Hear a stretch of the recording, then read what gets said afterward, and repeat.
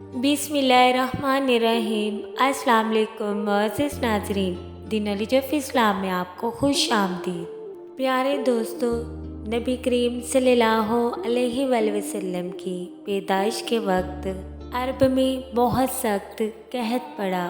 لوگ بھوک اور پیاس سے مرنے لگے، زمین خشک ہو گئی، کھیت کھلیان اجڑ گئے، ہریالی کا نام و نشان تک نہ رہا۔ جن پرند اور انسان بھوک پیاس سے مرنے لگے، ہر طرف قحط ہی قحط تھا۔ بنو سعد کا قبیلہ مکہ معظمہ سے کچھ فاصلے پر ایک جنگل کے قریب آباد تھا۔ اس قبیلے کے لوگ مویشی پال کر گزر بسر کیا کرتے تھے۔ عرب میں جب قحط پڑا تو سب سے زیادہ بنو سعد کا قبیلہ متاثر ہوا۔ ہر طرف قحط ہی قحط تھا۔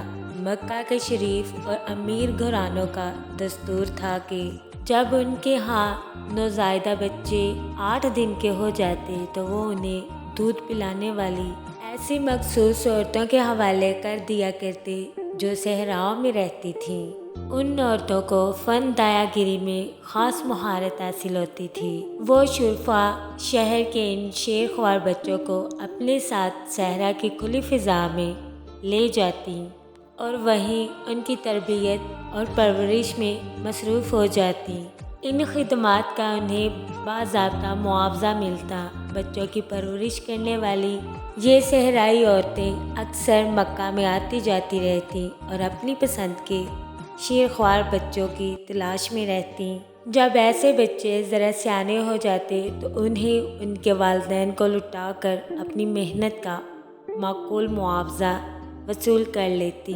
حضور صلی اللہ علیہ وآلہ وسلم کی ولادت کے چند روز بعد مکہ کے نواحی صحراؤں کی چند دایا عورتیں شیرخوار بچوں کی تلاش میں قافلے کی صورت شہر میں داخل ہوئیں تاکہ اپنی پسند کا ایک ایک بچہ لے کر جائیں اور ان کی پرورش کر کے اچھا معاوضہ حاصل کر سکیں۔ اس قافلے میں بوڑھی اور لاغر حلیمہ سعدیہ بھی شامل تھیں۔ اتفاق سے قافلے کی سب عورتوں کو کوئی نہ کوئی شیرخوار بچہ مل گیا۔ سب دایا عورتیں نبی کریم صلی اللہ علیہ وآلہ وسلم کو چھوڑ کر دوسرے گھرانوں کے بچوں کو اس لیے لے کر گئیں کیونکہ نبی کریم صلی اللہ علیہ وآلہ وسلم یتیم تھے کہ یہاں سے ہمیں اچھا معاوضہ نہیں ملے گا، اس لیے چھوڑ کر چلی گئیں۔ مگر ضعیف اور ناتواں حلیمہ کی گود خالی کی خالی رہی۔ حضور صلی اللہ علیہ وآلہ وسلم کی والدہ نے تمام عورتوں سے آپ صلی اللہ علیہ وآلہ وسلم کے لیے بات چیت کی، مگر اس خیال سے کہ ایک یتیم بچے کے گھر سے کیا معاوضہ ملے گا۔ ہر دایا آپ صلی اللہ علیہ وآلہ وسلم کو گود لینے سے صاف انکار کرتی رہی۔ جب حضرت آمنہ نے بی بی حلیمہ کو اس کام کے لیے آمادہ کرنے کی کوشش کی تو اس کے دل میں بھی یہی خیال آیا کہ وہ ایک یتیم بچے کو لے کر کیا کرے گی۔ اس کی بے سہارا والدہ پرورش کی محنت کا معقول معاوضہ کیسے ادا کر سکے گی۔ چنانچہ باقی دایوں کی طرح اس نے بھی ننھے محمد صلی اللہ علیہ وآلہ وسلم کو گود لینے سے انکار کر دیا۔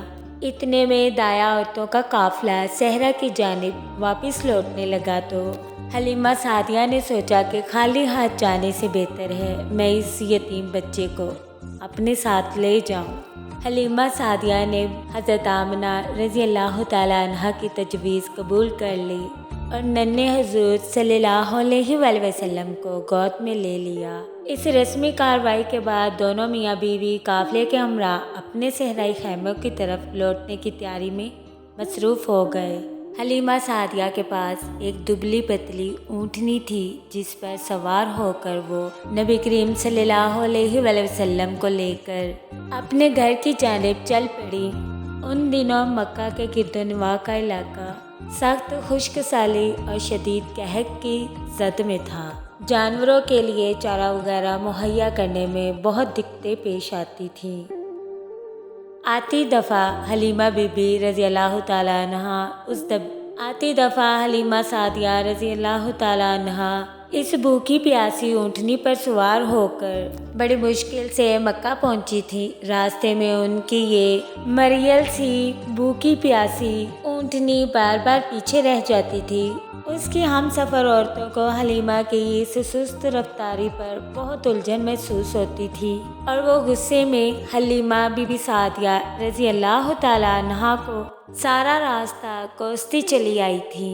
वापसी में दाई हलीमा सादिया रज़ी अल्लाह ताला अन्हा हजूर सल्लल्लाहु अलैहि वसल्लम को अपनी गोद में उठाए लेकर जा रही थी तो हलीमा सादिया रज़ी अल्लाह ताला अन्हा की ऊँटनी तेज़ रफ्तार दौड़ने लगी और दूसरी ऊँटनियों से आगे निकल गई।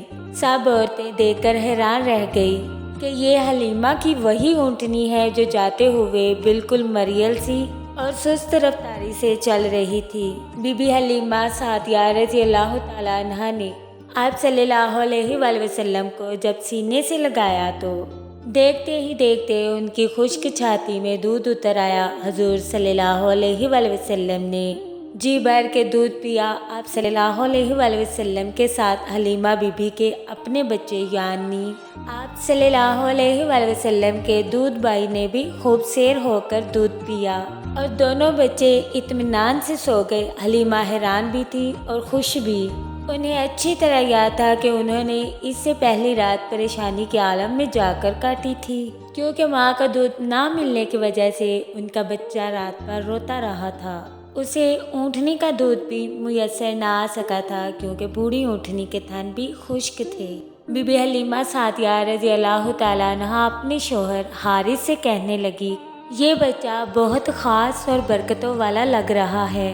अगले दिन बीबी हलीमा का शोहर हारिस अपनी बूढ़ी ऊँटनी के पास गया तो क्या देखता है, उसके थन दूध से लबालब भरे हुए हैं। बीबी हलीमा सादिया रज़ी अल्लाह ताला अन्हा के शोहर ने जब उसे दोहा गया तो उससे बाकसरत दूध निकला जिसे मियाँ बीवी ने खूब सेर होकर पिया। वो रात उन दोनों मियाँ बीवी ने बहुत सुकून से गुजारी। सुबह हुई तो दाई हलीमा सादिया रज़ी अल्लाह ताला अन्हा के शोहर ने हैरत से कहा, हलीमा, मुझे तो पुख्ता यकीन होने लगा है कि जिस बच्चे को हमने गोद में लिया है बरकतों और रहमतों वाली कोई ख़ास हस्ती मालूम होती है। हलीमा सादिया रज़ी अल्लाह ताला अन्हा मुस्कुराई और बोली, मुझे भी ऐसा ही लग रहा है क्योंकि हम पर तो अभी से ही बरकतों और नेमतों की बारिश शुरू हो चुकी है। दाई हलीमा सादिया रज़ी अल्लाह ताला अन्हा की बकरियां जब चढ़ने के लिए जाती तो खूब सेर होकर वापस लौटती और उनके थन दूध से भरे हुए होते और जब उन बकरियों का दूध धोया जाता तो बहुत दूध निकलता कि सारे बर्तन दूध से भर जाते।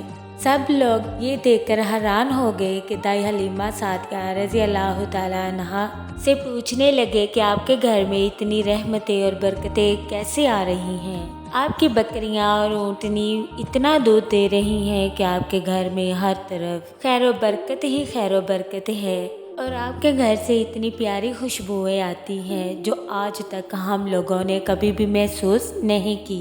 दाई हलीमा सादिया रज़ी अल्लाह ताला अन्हा मुस्कुराई और बोली, ये सारी बरकतें और रहमतें उस बच्चे की वजह से हैं जिसे तुम सब यतीम समझकर छोड़ आई थी।